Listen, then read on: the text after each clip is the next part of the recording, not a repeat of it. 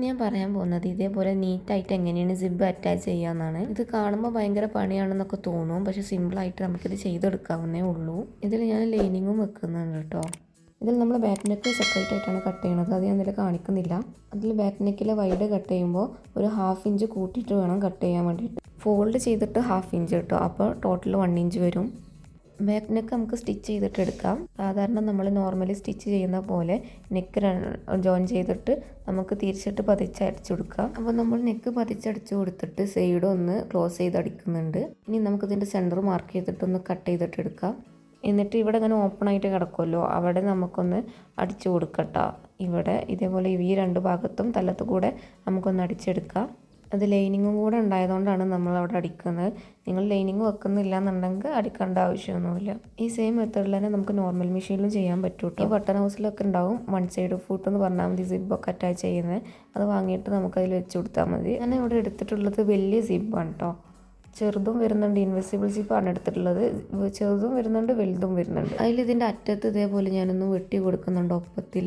അതെന്തിനാണെന്ന് വെച്ചാൽ അത്രയും സ്പേസ് അവിടെ ബാക്കി ഉണ്ടാകുമ്പോൾ അത് കഴിഞ്ഞിട്ട് അവിടെ നിന്നായിരിക്കും സിബ് ഓപ്പൺ ചെയ്യാൻ വേണ്ടി പറ്റുക. അപ്പോൾ ഫസ്റ്റ് ഒരു 1/2 ഇഞ്ചൊക്കെ ഗ്യാപ്പ് വരാൻ ചാൻസ് ഉണ്ട്. അതാണ് നമ്മൾ അവിടെ പകുതി കട്ട് ചെയ്തിട്ട് മാറ്റുന്നത്. നമ്മൾ സിബ് ഓപ്പൺ ചെയ്തിട്ട് ഇതേപോലെ ഒന്ന് മറിച്ചെടുക്കുന്നുണ്ട് കേട്ടോ. മറിച്ച് വെച്ചിട്ട് ഇവിടെ സെക്യൂർ ചെയ്ത് പിന്നെ വെച്ചിട്ട് നമ്മൾ വെച്ചെടുക്കേണ്ടത് ഇതേപോലെ ഇങ്ങനെ മറിക്കുക.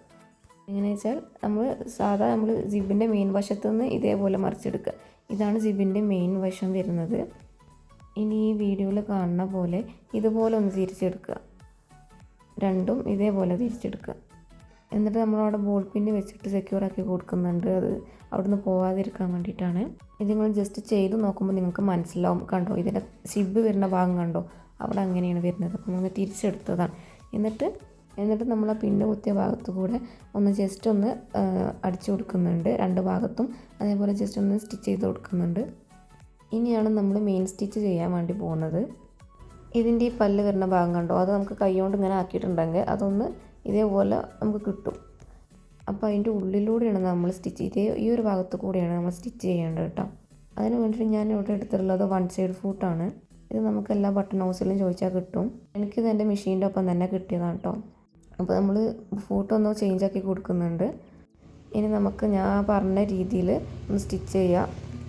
ഫസ്റ്റ് ഒന്ന് ഡബിൾ സ്റ്റിച്ച് ചെയ്യുന്നുണ്ട്. എന്നിട്ട് കൈകൊണ്ട് നമ്മൾ സ്റ്റിച്ച് ചെയ്യുമ്പോൾ തന്നെ കൈകൊണ്ട് ഇതേപോലെ അങ്ങനെ പിടിച്ച് കൊടുത്തിട്ടാണ് ആ ഒരു ഭാഗത്ത് കൂടെ സ്റ്റിച്ച് ചെയ്തിട്ട് എടുക്കുന്നത്. ഫുള്ളായിട്ട് സ്റ്റിച്ച് ചെയ്യേണ്ട, ഒരു 1 ഇഞ്ച് ഒരു 1/2 ഇഞ്ചൊക്കെ ഇതേപോലെ വിട്ടിട്ട് അവിടെ നമ്മൾ കെട്ടിട്ട് കൊടുക്കുന്നുണ്ട്. മറ്റേ ഭാഗത്തും അതേപോലെ തന്നെ സെയിം ആയിട്ട് ചെയ്യുന്നുണ്ട്. അപ്പോൾ നമ്മൾ സിബ് വെക്കുന്നത് ഇവിടെ കഴിഞ്ഞിട്ടുണ്ട്. ഇനി ചെറിയൊരു പരിപാടിയും കൂടെ ഉണ്ട്. ഇത് നമ്മൾ ഒരു ഭാഗം സ്റ്റിച്ച് ചെയ്ത് കഴിഞ്ഞിട്ടുണ്ടെങ്കിൽ അതേപോലെ ക്ലോസ് ചെയ്ത് നോക്കിക്കൊണ്ട് ഇത് അടയണുണ്ടോയെന്നൊക്കെ. അതിൻ്റെ പല്ലിൻ്റെ അവിടേക്ക് സ്റ്റിച്ച് വന്നാൽ അത് അടയാൻ ബുദ്ധിമുട്ടായിരിക്കും. അപ്പോൾ നമുക്ക് ഇവിടെ ഇങ്ങനെ നല്ലപോലെ കിട്ടിയിട്ടുണ്ട്. ഈ ഒരു മെത്തേഡിൽ മാത്രമല്ല കേട്ടോ ഇൻവിസിബിൾ സിബ് വെക്കാൻ പറ്റുക, പല രീതിയിലും നമുക്ക് വെക്കാൻ പറ്റും. ഞാൻ ഇങ്ങനെയാണ് സാധാരണ ചെയ്യാറ്. ഇനി ഇവിടെ ഒരു ഗ്യാപ്പ് വരുന്നത് കണ്ടോ, നമുക്ക് ഇവിടുന്ന് ഈ ഒരു ഭാഗത്തുനിന്ന് ഇങ്ങനെ നേരൊക്കെ സ്റ്റിച്ച് ചെയ്തിട്ട് കൊടുക്കാം.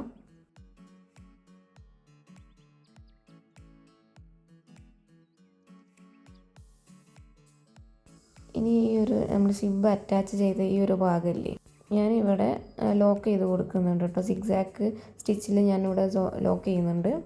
നിങ്ങൾക്ക് വേണമെന്നുണ്ടെങ്കിൽ ചെയ്താൽ മതി. ഞാനൊന്ന് നീറ്റ് ആയിക്കോട്ടെ എന്ന് വിചാരിച്ചിട്ടാണ് ഞാനങ്ങനെ ചെയ്യുന്നത്.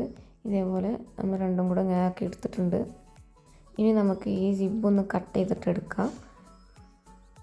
നമുക്ക് താഴത്ത് വേസ്റ്റിൻ്റെ ആ ഭാഗത്തായിട്ട് നമുക്ക് വേറെ ക്ലോത്ത് സ്കേർട്ട് പോർഷൻ സ്റ്റിച്ച് ചെയ്യാനുള്ളതല്ലേ, അപ്പോൾ നമ്മൾ ആ ഒരു ഭാഗം വരെ നമുക്ക് ഈ ഒരു സിബ് കട്ട് ചെയ്തിട്ട് എടുക്കാം. എന്നിട്ട് നമ്മൾ ഇതിൻ്റെ ഇവിടെ ഒന്ന് തുന്നി കൊടുക്കണം കേട്ടോ. ആ സിബ് ഓപ്പൺ ആയിട്ട് പോരാതിരിക്കാൻ അവിടെ ജസ്റ്റ് ഒന്നൊരു തുന്നി കൊടുത്തുകൊണ്ടു. അപ്പോൾ അത് നമുക്ക് സിബിൻ്റെ പണി ഇവിടെ കഴിഞ്ഞിട്ടുണ്ട്. നല്ല നീറ്റായിട്ട് തന്നെ കിട്ടിയിട്ടുണ്ട്. നമ്മൾ എത്ര ഇങ്ങനെ കൈ കൊണ്ടാക്കി നോക്കിയാലും അവിടെ ഈ സ്റ്റിച്ച് ഉള്ളത് കാണുന്നില്ല കേട്ടോ.